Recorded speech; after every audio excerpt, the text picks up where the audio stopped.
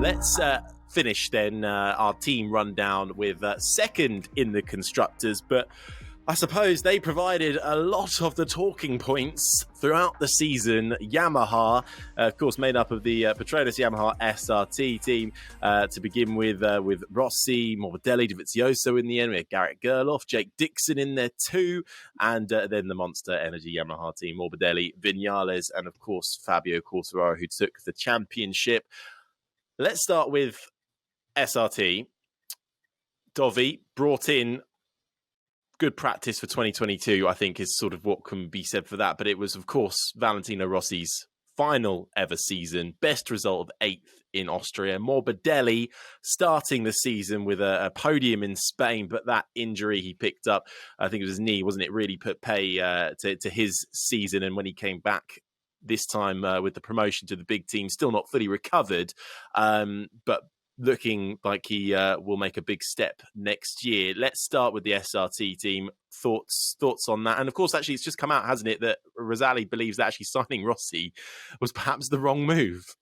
Well, and who anywhere on this vlog and the like didn't think that in the first place? It was a poison chalice. It was always going to be a poison chalice because if Valentino Rossi, the biggest name in the world. I mean, it's fantastic for Petronas and for Yamaha to have the greatest man in the world, the GOAT, greatest of all time, riding in their satellite team. Every poster that was ever done, Petronas and so on, will have Valentino Rossi on it. His final ride was with Petronas, and will be remembered forever.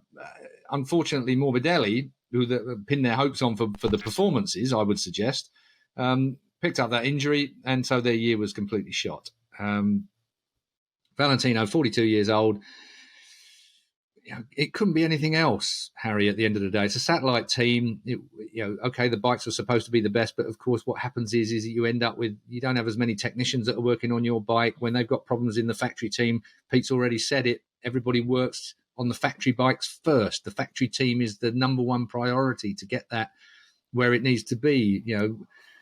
Quartararo was doing the business in the factory team. They needed to really keep that going. He was the only man that did the business really for Yamaha in the entire year. If it hadn't been for Quartararo, they wouldn't be anywhere really. I mean, it's remarkable. I mean, that's why he might have finished up second in the constructors, but that was because of Quartararo to a great extent. Without doubt, he scored the most manufacturers' points that out of anybody. Difficult for Razali. Razlan Razali. Bit of background. I mean, he was the CEO at Sepang International Circuit. Really good guy to deal with. I was introduced to him by a fellow called Mike Morton, who used to be a man providing logistics for Jordan Formula One going back in the day. Lives in Thailand, actually just up the road from you, Pete, as it happens, where you are at the moment. So I'll have to introduce you to Mike, a very, very, very good man that is very interesting to talk to generally. But the fact is, Razali then had the opportunity to form that Petronas team. Yamaha were really, really struggling and wanted a satellite. They wanted an independent team that they could run the process of new bits or new thoughts or at least more data out on the racetrack. Something Suzuki might be struggling with next year that we talked about earlier. And didn't it work? I mean, it worked unbelievably well. Razali put together, and in the end, he left. He's no longer CEO of Sepang. He's now running this team as an independent operation with no Moto3 and no Moto2 next year, no Valentino Rossi, but a massive hill to climb. And if Quartararo is complaining, and I think we can say it was a complaint, that Yamaha didn't bring anything of any use to the tests for the full factory team, you can bet your life that Razali is going to be a long way back in the queue for anything useful for next year. Which doesn't bode well, I've got to say, for the new team that he's running. So Yamaha just don't seem to have got it quite right, and I don't understand why that is with the experience they've got and the opportunities they've had. Having said that, overall, it was the best bike during the course of the year in the hands of Quartararo. It looked well at most of the racetracks, but it's still too slow. And at the end of the day, that does count. Yeah, I think Rossi's season, nobody thought it would be as disappointing as it was, really. I mean, the highlight in a way was that fourth on the grid in the very first round, wasn't it? And we all thought, this is a promising start. Admittedly, he had a bit of a toe, but still. But then after that, it just went downhill. But I think that the most positive thing then was really the end of the season, the final race, wasn't it? That he was at least able to go out with that competitive ride, because I think after Kota, he was 21st in the World Championship. He was last of the full-time riders, and he was able to sort of claw himself up from that. And then we had Valencia, and he wanted to go out with a respectable showing, 13 seconds behind, which I think a couple of years ago would have been good enough for fourth place from what I can see. So, that just shows how everything else has moved on, and he's sort of not been able to move at that rate. But that's MotoGP now. And so I think it was it's the right time for him to leave. I think he gave it a shot. I don't blame him for taking this move. As Keith says, he joined the team that won the most races, the most victories by a Yamaha team. They had 6 wins, 3 each with Quartararo and Morbidelli. Morbidelli's second in the World Championship, of course. So you can't blame him for giving it a shot. I mean, if that form had continued, it would have been a great move. It didn't work out. Let's be honest. The results weren't there, and he, even by the time he made his decision, he said it would be about results. He made the decision to retire, and as we were saying, by the Kota, he was last, the full-time riders. That's not where Valentino Rossi deserved to finish his final season. And as we say, thank goodness he got that final race in Valencia, and he got a competitive showing. And he goes out now onto sports car racing with having a fitting end to his very long chapter as a motorcycle racer. And we wish him well as a dad. Absolutely, he's got out at the time that he wants to get out, and looking forward to a sports car career. Of course, he's just done a test with Audi, a GT3 sports car, and will be racing a Ferrari GT car in an endurance race next year.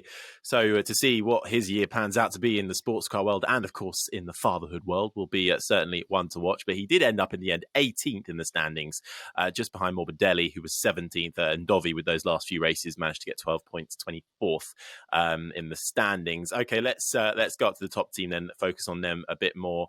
Monster Energy Yamaha second in the team standings, 6 wins for Fabio Quartararo, 1. Well, I suppose he got 5 and Vinales got 1 right at the start of the year.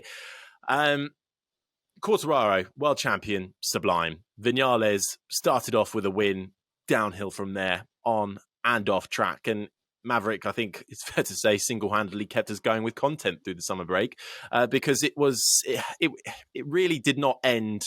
I don't think anybody could have predicted that, and the way it ended, it really got a bit nasty almost. And you've talked about it, Keith, not just the on track, but how it was affecting him mentally and in his head. And getting out was probably the best thing for him at the end of the day, and to sign with Aprilia. But I don't think we all thought, I think, that he would finish the season with Yamaha.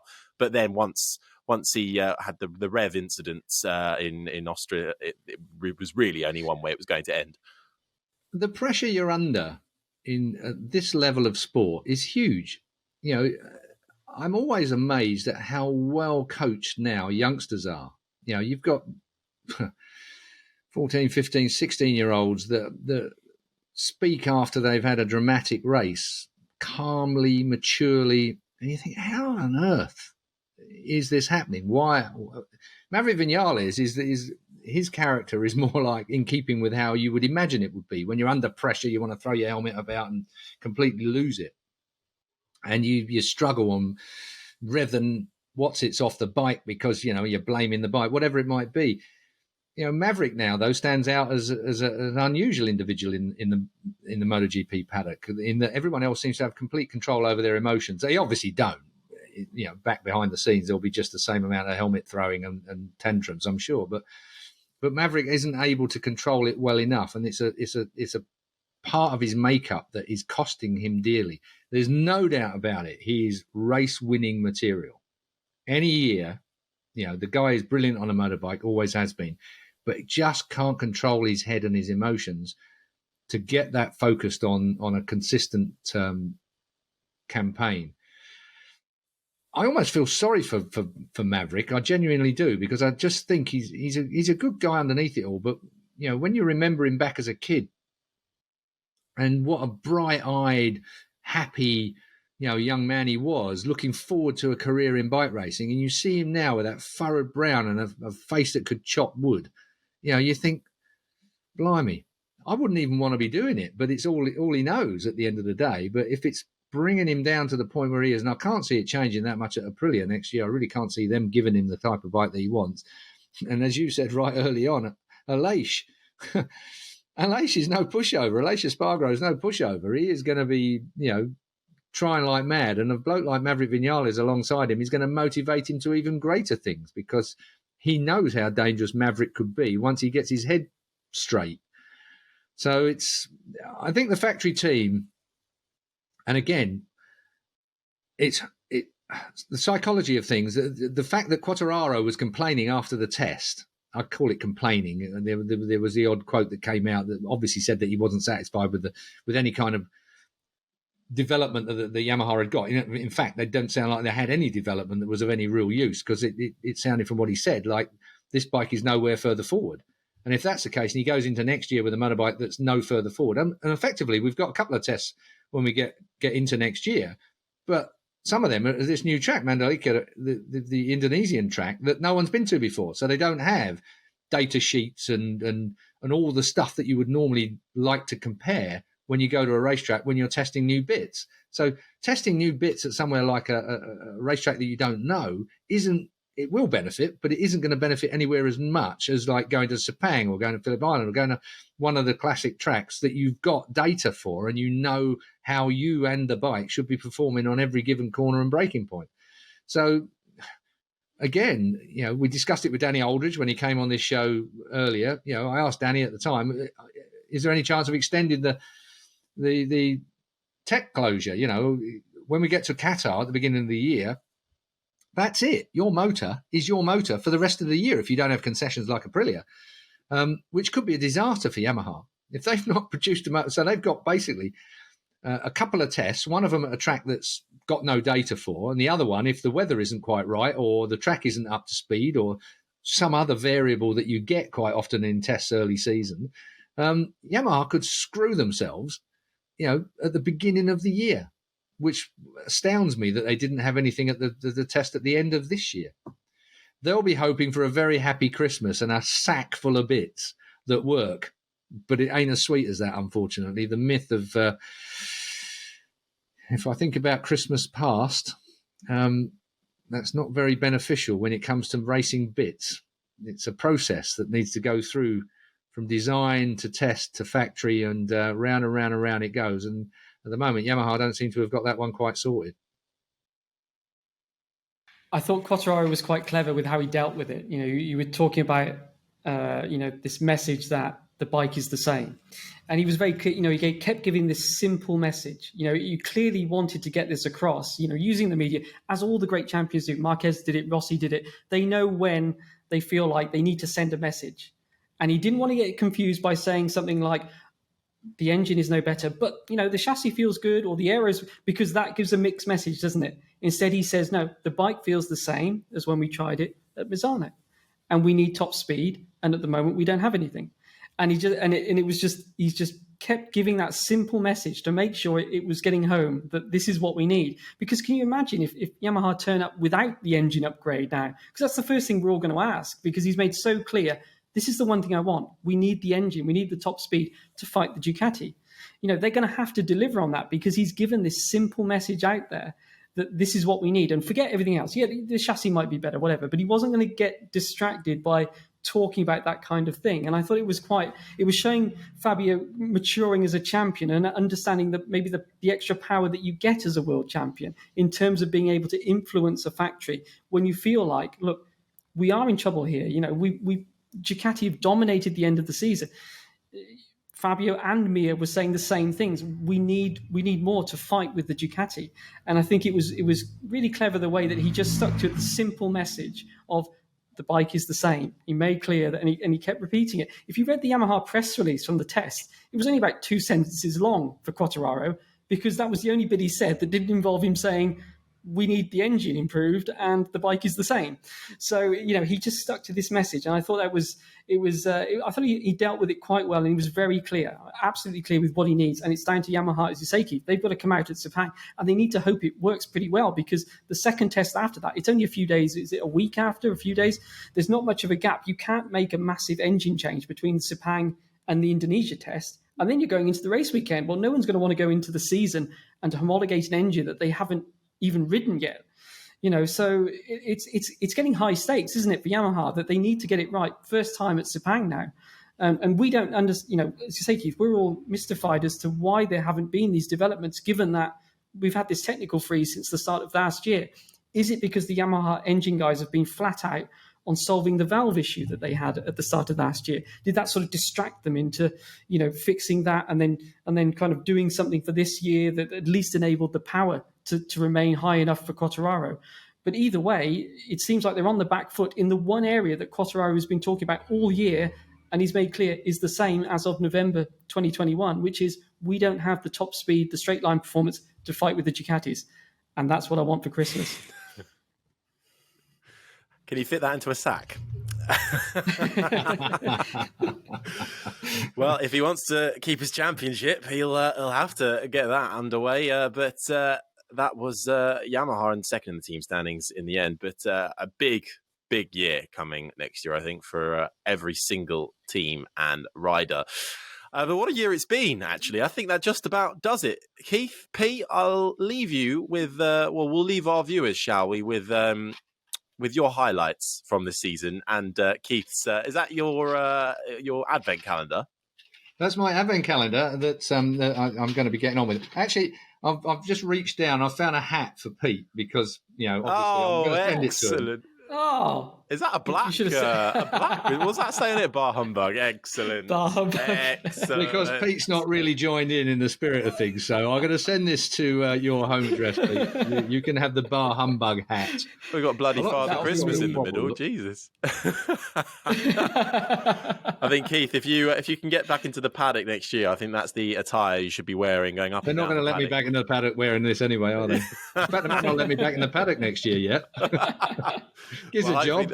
Hopefully they do. But go on then. Let's start with you, Keith. Your highlight of the season, your moments of the season. I don't think it's so much a highlight. I think it's more Bagnaia he is the highlight for me. I mean, I think I bet on him early on in the season and he didn't quite come up to spec. And then later on, he absolutely fulfilled expectations. I think Bagnaia is my highlight of the season. Pete?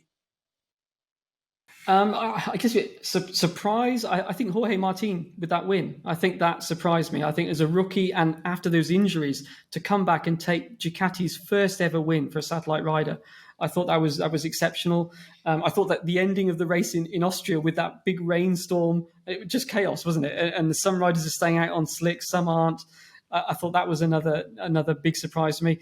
And if we're going on the other way on the downside, I mean, who would have thought? As we were talking about Vinales earlier, this was supposed to be his year, wasn't it? Rossi moves on. He becomes the undisputed kind of leader of the Yamaha team, his best chance.